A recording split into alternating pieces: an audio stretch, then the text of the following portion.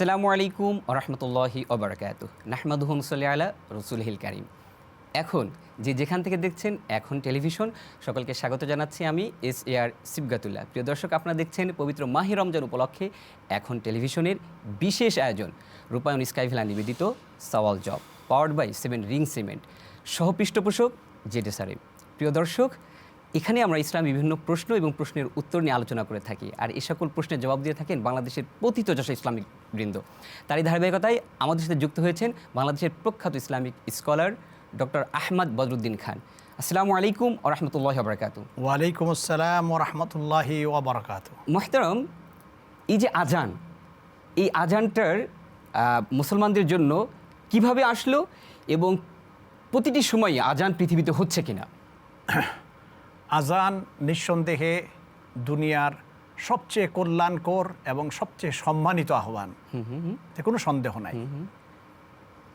আর এই আজানের সূচনা ইসলামে কিভাবে হয়েছে এটা সকলেই জানেন, যে নামাজের মতো মহিমান্বিত ইবাদতকে সামাজিকভাবে আদায় করার জন্য আল্লাহ রসুল যখন সাহাবাই কেরামের সাথে পরামর্শ করলেন, তখন ওয়া আমরুহুম শুরা বাইনাহুম, যেটা বলা হয়েছে কোরআনে, যে তাদের পরামর্শভিত্তিক দুনিয়াতে এরকম ছিল যে সেই আজানটাকে আল্লাহ রাব্বুল আলামিন বিশিষ্ট সাহাবাই কেরামের মাধ্যমে এটাকে শরীয়তের অন্তর্ভুক্ত করেছেন। এবং আল্লাহ রসুল সাল্লাল্লাহু আলাইহি ওয়াসাল্লাম হয়তো উনি আগেও জানতেন, সাহাবাদেরকে এটার সাথে শরিক করছেন তাদের মর্যাদা বৃদ্ধির জন্য।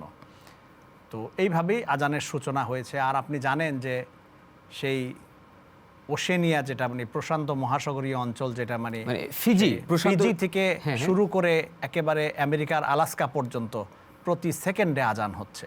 তার মানে পৃথিবীটা আল্লাহ তাআলা এইভাবে সৃষ্টি করেছেন যে একটা সেকেন্ডও মানে তার যে বড়ত্ব মহত্ব সেই ধ্বনি থেকে বঞ্চিত পৃথিবী হচ্ছে না। কারণ আপনি জানেন যে ওই মেরাজের রাত্রে আল্লাহ রসুল সাল্লাল্লাহু আলাইহি ওয়াসাল্লামকে আল্লাহ রাব্বুল আলামিন যখন সমস্ত সৃষ্টি দেখাইলেন, তার এই মহাবিশ্বের পুরোটা দেখাইলেন, তখন আল্লাহ রসুলের একটা বিখ্যাত হাদিস আছে যে আমি মহাবিশ্বের এমন 1 ইঞ্চি জায়গা পাই নাই যেখানে আল্লাহ রাব্বুল আলামিনের কোনো না কোনো সৃষ্টি তার প্রশংসা গাইছে বা তার সম্মানে সেজদা অবনত নয়। 1 ইঞ্চি মানে আপনি মহাবিশ্বের 1 ইঞ্চি মানে মহাবিশ্বটা আপনি বোঝেন যে মহাবিশ্বের কাছে আমাদের এই পৃথিবীটা ক্ষুদ্রাতি ক্ষুদ্র একটা জিনিস, নিঃসন্দেহে হারিয়ে যাবে। তার মানে প্রথম বলতে চাচ্ছেন প্রতিটা সেকেন্ডে আজান হচ্ছে এবং এটা প্রশান্ত মহাসাগরীয় যে দেশ ফিজি থেকে শুরু হয়ে একদম আলাস্কা যে শেষ হচ্ছে। অনেকে বলে থাকে যে সূর্যোদয়ের দেশ হচ্ছে জাপান। তার মধ্যে জাপানকেও যদি স্ট্যান্ডার্ড ধরি, যে ওখান থেকে ধরেন ফজর আজান শুরু হলো, একদম ঘুরতে ঘুরতে এরকম করে আমাদের মায়ানমার, দেন বাংলাদেশ, দেন ভারত, দেন পাকিস্তান, এরকম করতে করতে আবার সেটা আলাস্কাতে যেয়ে শেষ হচ্ছে। সুবহানাল্লাহ, জি আলহামদুলিল্লাহ। আজানের উত্তর দেওয়ার সুন্নাহ পদ্ধতিটা মানে যে আজান শেষে আমরা একটা দোয়া বলি, জি, তো আসলে সুন্নাহ পদ্ধতিটা কোনটা? সুন্নাহ পদ্ধতিটা হাদিস শরীফে যেরকম আসছে, রাসূলুল্লাহ সাল্লাল্লাহু আলাইহি ওয়াসাল্লাম বলছেন যে মুয়াজ্জিন যা বলে তোমরা তাই বলো। শুধু হাইয়া আলাস সালার জায়গায় আমরা লা হাওলা ওয়ালা কুওয়াতা ইল্লা বিল্লাহ বলবো, হাইয়া আলাল ফালার জায়গায় লা হাওলা ওয়ালা কুওয়াতা ইল্লা বিল্লাহ বলবো। আচ্ছা আচ্ছা আচ্ছা, হ্যাঁ, বাকি মুয়াজ্জিন যা বলে তাই বলতে হবে। অনেকে আছে যে আশহাদু আন্না মুহাম্মাদার রাসূলুল্লাহ বলার সময় শুধু সাল্লাল্লাহু আলাইহি সাল্লাম বলে না, আগে আশহাদু আন্না মুহাম্মাদুর রাসূলুল্লাহ এটা বলতে হবে, তারপরে কেউ চাইলে দরুদ পড়তে পারেন, নাও পড়তে পারেন। অনেক ধন্যবাদ। আরেকটা জিনিস হচ্ছে যে আমাদের মানে অনেকে জানতে চান যে আজানের সময় আসলে কথা বলা যাবে কিনা? প্রয়োজনীয় কথা অবশ্যই বলা যাবে, তবে বিনা প্রয়োজনে বা অন্য কিছু শুনছিলাম আমি, এমনকি কোরআন তেলাওয়াত করছিলাম, সেটা বন্ধ করে দিয়ে আজানের উত্তর দেয়া ওই মুহূর্তে উত্তম। মুহতারাম, আজান নিয়ে আপনার কাছ থেকে আরও কিছু শুনবো, তবে বিরতির পরে। দর্শক, সময় হয়েছে একটি বিরতি নেবার, আমাদের সাথেই থাকুন, খুব শীঘ্রই ফিরবো ইনশাআল্লাহ।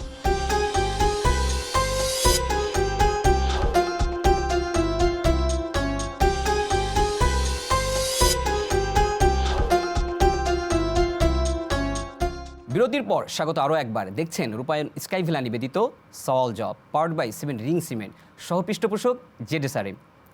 মুহতারাম, আমরা আলোচনা করছিলাম আজান থেকে বের হয়ে এসে আরেকটা বিষয়, যেহেতু বর্তমান সময়ে একটা বড় অংশ হচ্ছে আমাদের তরুণ প্রজন্ম। এই তরুণ প্রজন্ম বয়ফ্রেন্ড গার্লফ্রেন্ড তারা অনেক সময় দেখা যায় যে বিভিন্ন মানে কিছু আপত্তিকর চ্যাট তারা করে থাকে বা অনেক সময় কথা বলে থাকে মানে অশালীন ভাষায়। তো এই ক্ষেত্রে ইসলাম কি বলে যে যদি গার্লফ্রেন্ডের সাথে খারাপ চ্যাট করে অজু থাকবে কিনা? আসলে অজুটা হলো, আপনি জানেন যে নামাজের প্রাথমিক কাজ। অজু ফরজ এই জন্য হয়েছে যেহেতু নামাজ ফরজ, ফরজ কাজ আদায় করার জন্য অজু ফরজ। আর নামাজের মূল শিক্ষা কি বা মূল উপকারিতা কি? ইন্না সালাতা তানহা আনিল ফাহশাই ওয়াল মুনকার, যে নামাজ মানুষকে অশালীন কাজ থেকে বিরত রাখে। Right right right. অতএব একটা লোক তার অজু থাকবে কিনা এই প্রশ্নের আগে হয়েছে যে তার নামাজ, এই ধরনের চ্যাটের মাধ্যমে তার নামাজ কবুল হচ্ছে কিনা।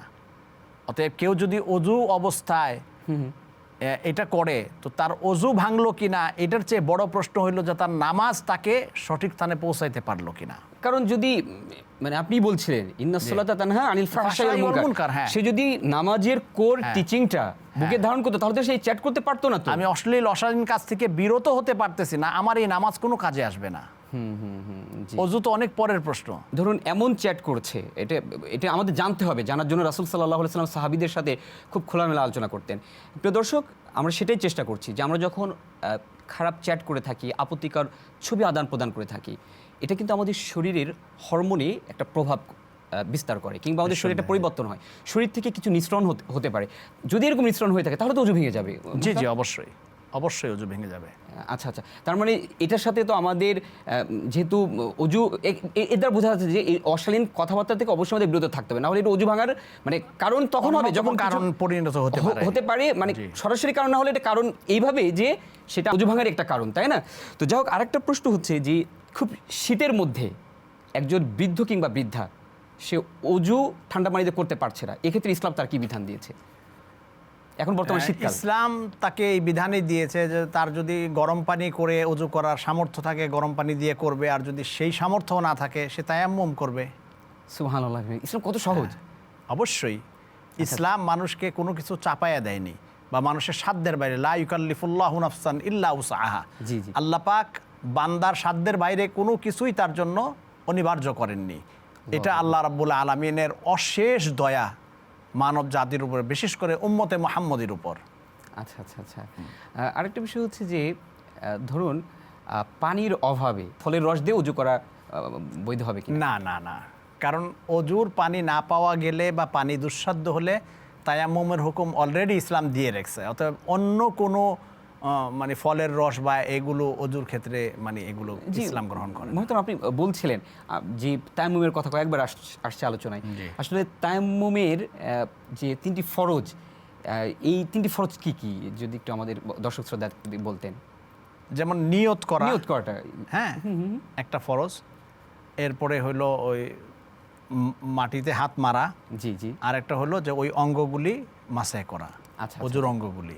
আচ্ছা আচ্ছা। তো এখানে তার মানে প্রথমেই সে নিয়ত করবে যে আমি পরিচ্ছন্ন হতে চাই, পবিত্রতার জন্য আমি করতেছি। জি জি। তারপরে সে মুখমণ্ডল মাসেহ করবে, তারপরে হচ্ছে তার হাত কনুই পর্যন্ত করবে এবং পা মাসে করবে, মাথা মাসের ব্যাপার নাই।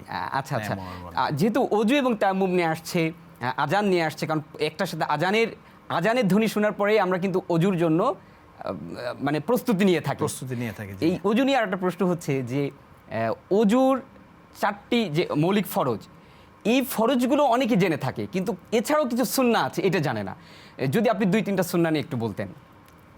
অজুর সুন্নত মানে এই 4টা ফরজের বাইরে যা আছে সবগুলোই অজুর সুন্নত। আচ্ছা আচ্ছা আচ্ছা। কারণ আল্লাহ রসুল যেটা করেছেন অজুর মধ্যে সেইটাই আমাদের জন্য সুন্নত। এবং অজু সংক্রান্ত হাদিস বুখারিতে, মুসলিমে আছে। হযরত ওমর ইবনুল খাত্তাব, হযরত আবু হুরায়রা, হযরত উসমান, তারা সবাই আল্লাহ রসুল কীভাবে অজু করছেন সেটা তাবেঈদেরকেও বলে গেছেন। অতএব অজুর এই 4টা ফরজের বাইরে যা আছে সব কিছুই অজুর সুন্নতের মধ্যেই পড়ে। হ্যাঁ, জি জি, অসংখ্য ধন্যবাদ। আপনার মহামূল্যবান সময় ব্যয় করে আপনি আমাদের স্টুডিওতে এসেছেন। প্রিয় দর্শক, দেখছিলেন রূপায়ণ স্কাইভিলা নিবেদিত সওয়াল জবাব, পাওয়ার্ড বাই 7 রিং সিমেন্ট, সহ পৃষ্ঠপোষক জেডএসআরএম। প্রিয় দর্শক, দেখা হচ্ছে আগামী পর্বে। সে পর্যন্ত আপনারা সকলে ভালো থাকুন, সুস্থ থাকুন, আপনাদের সকলের জীবন সুন্দর হোক। আসসালামু আলাইকুম ওয়া রাহমাতুল্লাহি ওয়া বারাকাতুহু।